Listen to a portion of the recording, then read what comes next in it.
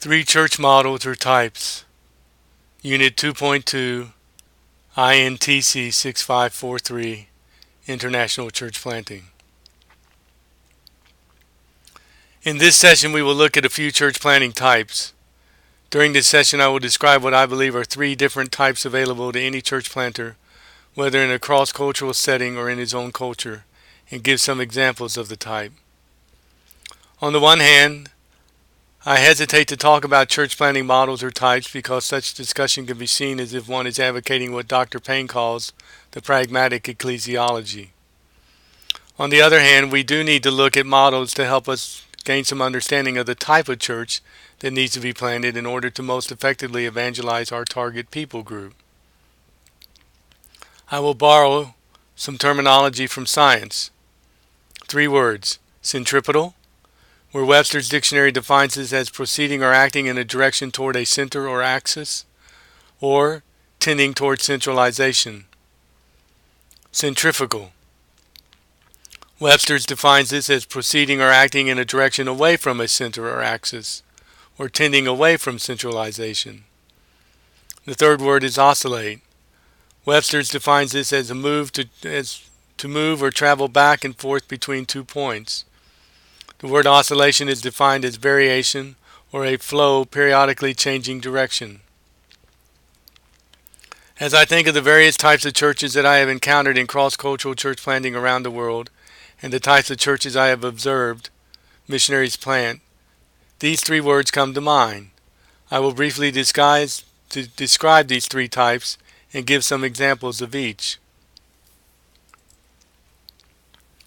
First, there is the centripetal model of church planting.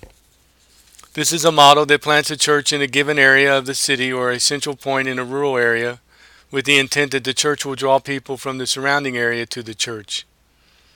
This type of church tends to be planted with a building in mind and the idea of developing various programs that will draw people to it. Many of the churches in the United States are centripetal in nature. As the church is planted and programs developed, there is a pull towards centralization. The activities and programs of the church are designed to enable the church to grow both quantitatively and qualitatively. So while there are centrifugal ministries and outreach, ultimately the pull back to the center is stronger. The centripetal type of church leans more towards an institutional model. It is the type of church with which most of us are familiar. Church planters who plant this type of church normally seek to shift from being the church planter to the pastor of the congregation. In a cross-cultural context, this can be problematic if the outside missionary seeks to move from being the church planter to the pastor. I have witnessed this kind of church planting cross-culturally even in rural areas. The church planter goes into a small town, plants a church, a building is erected, programs for outreach and discipleship developed. Then the church planter and members focus on evangelizing the town and surrounding villages. As people come to faith, they are encouraged to come to the central church. Prayer cells or home Bible studies or home fellowship groups may be established in the outlying communities, but they are limited as to the functions they can carry out. The leaders of these small groups typically carry little authority within the structure of the church. Authority rests primarily in the hands of the pastors, elders, deacons, etc. These prayer cells or small groups are all designed to draw people into the central church. To be a centripetal type of church does not mean that the church is unevangelistic in nature, or even that it will not or cannot reproduce. However, it is a church that tends towards a centralization of programs and functions under a leadership team that often begins with a pastor, and the leadership team grows as the church grows. The growth of the church happens primarily through its programs. This model of church does tend to require full-time paid staff members to lead the congregation. Often these leaders are Bible school or seminary trained leaders. Leaders have to be equipped to deal with the administration and the demands an organization brings. This is especially true as the church grows. As the church grows, typically the more qualified the church leadership has to be in terms of management and organizational skills.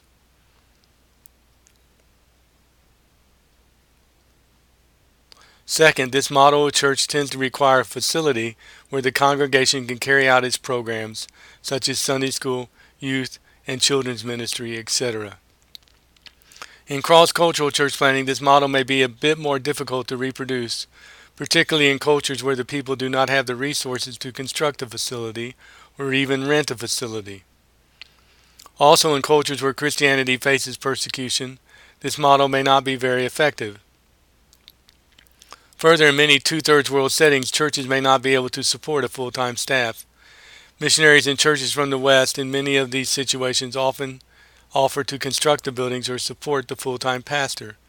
However, these situations often create unhealthy models of dependency. Sometimes building a facility for the people, while having good intentions, saddles the local people with expenses related to maintenance and upkeep that they may not be able to do. The cultures and people groups where the centripetal model works most effectively are in cultures where there is a freedom to be a Christian and where the people have the ability to support the staff needed and construct or rent and maintain a church facility. The missionary or church planter often has to stay with the church plant for a while until there are full-time trained church leadership and a facility for the church to meet.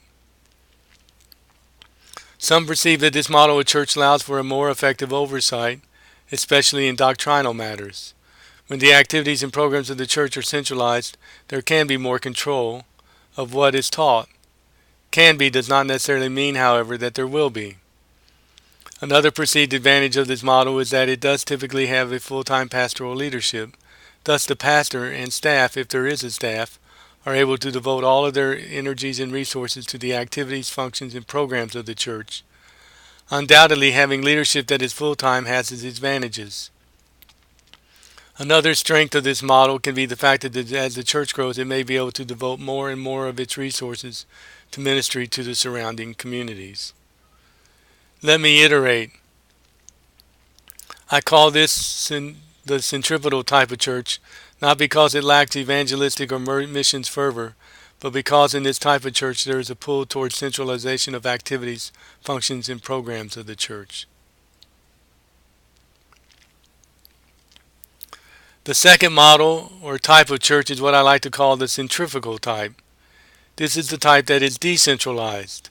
That is, the church planted in a particular place does not focus so much on developing activities and programs from which to grow the church, but rather focuses more on reproducing itself over and over again. The best example of this model is the house church network. I emphasize network because the churches are connected organically, but not necessarily organizationally.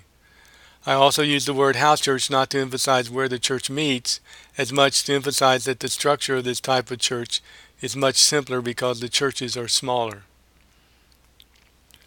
For example, a church planter goes into a small town, leads people to Christ, and forms a church. The church could be meeting in a home, a business, or in some cases even under a tree.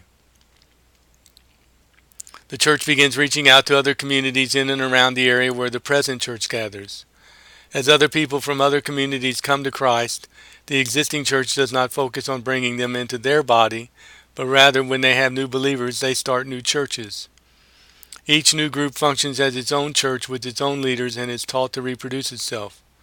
The churches are networked, often under the leadership of the church planter who serves in some sort of apostolic role. However, the church planter himself does not become the leader or pastor of any specific group. These smaller, simpler churches may at times gather together for worship, baptisms, or other functions, but not normally on a weekly worship basis. Rather, they may gather for special events like a joint baptism, or once a month, if possible, for joint worship, etc. The individual churches are normally smaller in size. There is little need for programs, and quantitative growth is not measured by how many members a single church has, but rather is measured by the number of new churches planted.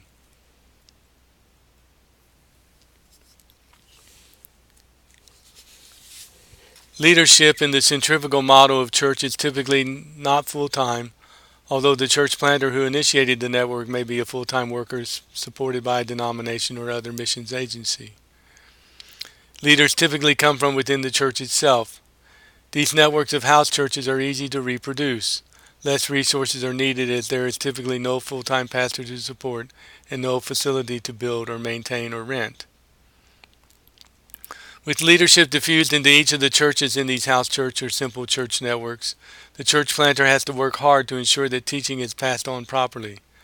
There is obviously less control over what is taught as each house church and its leaders are autonomous to a degree.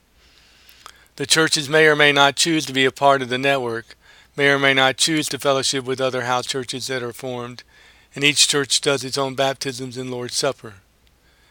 In order to be a centrifugal model of church,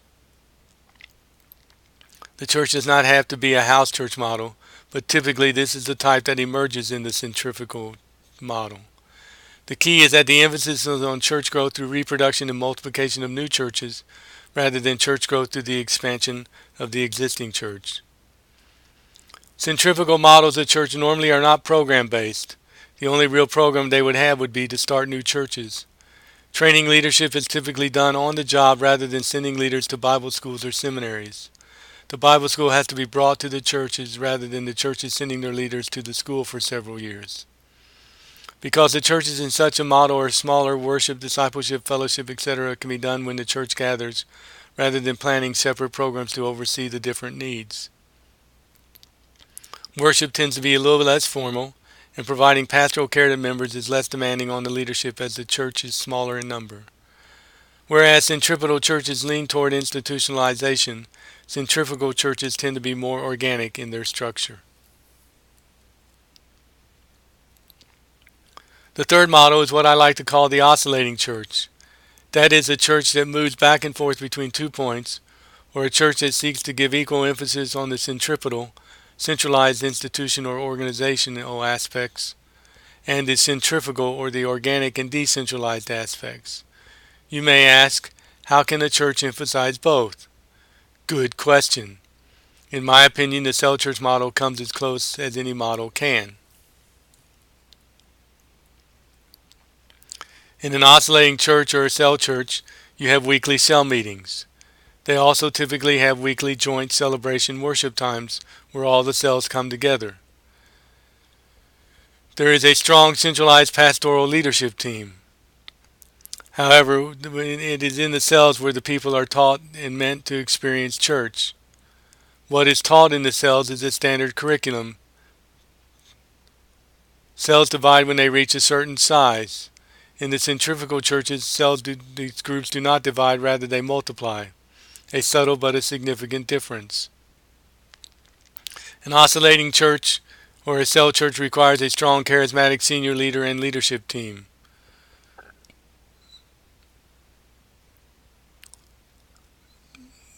The cell church model emphasizes on more and more cells being started, but also on growing one's church and expanding one's church quantitatively.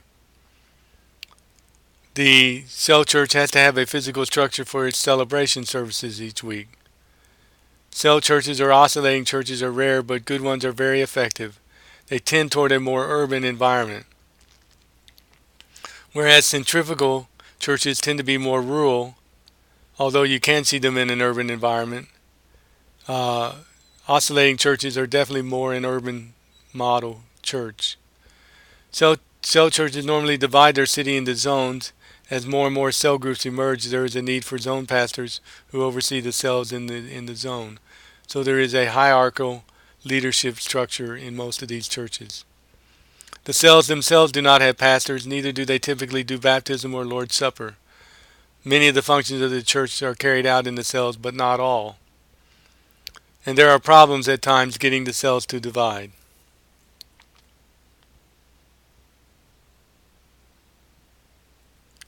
In this session, I have sought to describe 3 models of church planting.